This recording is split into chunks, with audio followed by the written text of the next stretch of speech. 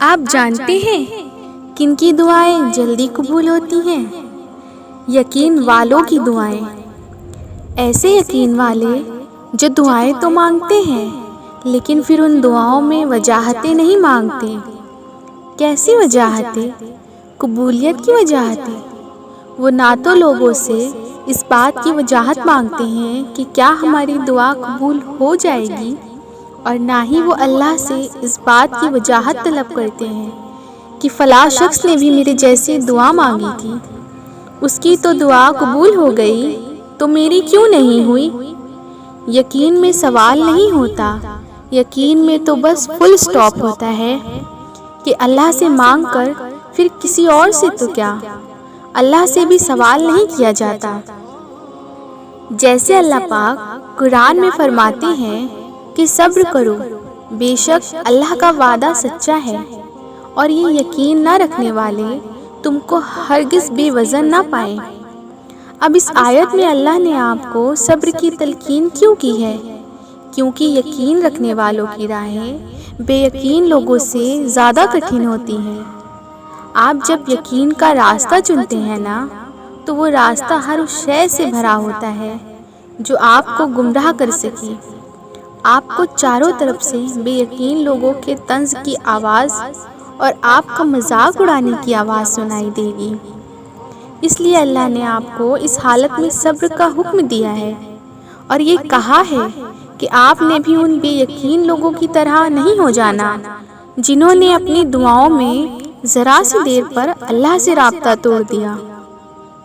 آپ نے ان کی آواز کو خود پہ اتنا حاوی نہیں ہونے دینا کہ آپ کی آواز ان آوازوں میں دب جائے۔ ان لوگوں کے طعنوں پہ اتنے کان نہیں دھرنے آپ نے کہ اللہ کی آواز سن نہ پائیں۔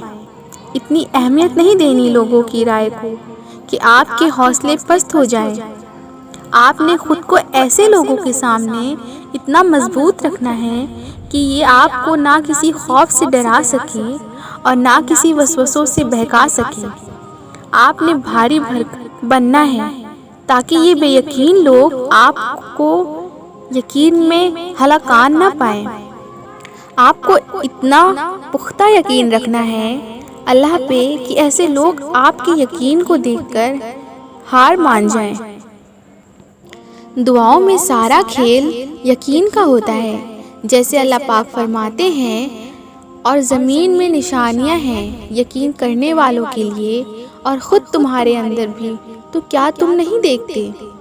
ہم چھپی ہوئی نشانیوں کو ڈھونڈتے ہیں اور کھلی نشانیوں کو دیکھتے ہی نہیں۔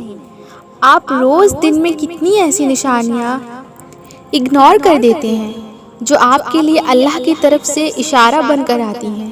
سب سے پہلی نشانی سورج کا نکلنا ہے۔ کیسے اللہ ایک لمبے گپ اندھیرے کے بعد روشنی کی تیز کرن کو مشرق سے ابھارتا ہے اور پھر اسے ایک خاص جگہ پر رکھ دیتا ہے جو کئی میلوں دور سے اپنی روشنی ہم تک پہنچاتی ہے اور پوری کائنات کو جھٹ سے روشن کر دیتی ہیں۔ تو کیا آپ نے کبھی اس کرن کو دیکھ کر یہ نہیں سوچا کہ یہ کرشمہ کیسے ہو گیا؟ یہ اللہ کی نشانیوں میں سے ایک نشانی نہیں ہے تو اور کیا ہے؟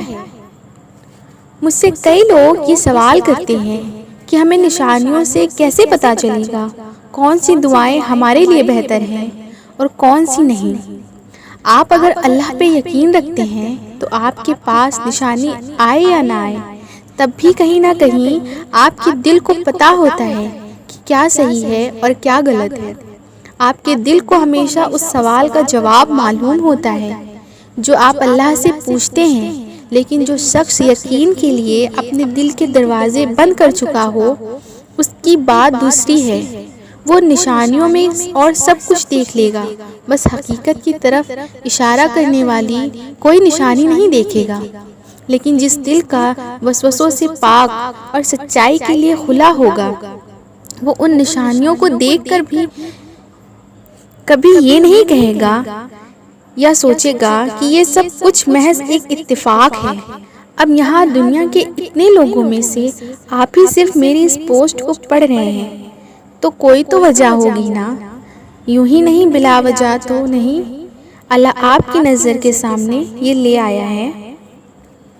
آپ کی جھوٹی ہنس اور آپ کا ضمیر آپ سے جو کہتا ہے اسے کبھی بھی نظر انداز نہیں کرنا چاہیے۔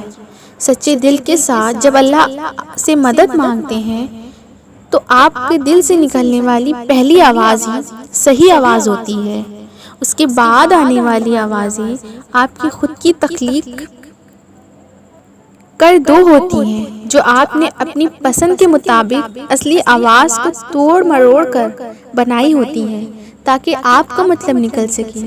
تو بس یقین رکھیں اپنی گڈ فیلنگ پہ اور اللہ پہ، اور یاد رکھیں کہ ایمان رکھنے سے دشواریاں کم نہیں ہوتی بلکہ بڑھتی ہیں، کیونکہ اب اس دنیا میں بہت کم ایمان والے ہیں، اس لیے آپ کا سامنا زیادہ تر کمزور لوگوں سے ہوگا جو آپ کو بھی مضبوط دیکھنا پسند نہیں کریں گے۔ تو آپ نے پھسلنا نہیں ہے اور نہ ہی اپنی دعاؤں کے معاملے میں وجاہت مانگنی ہے۔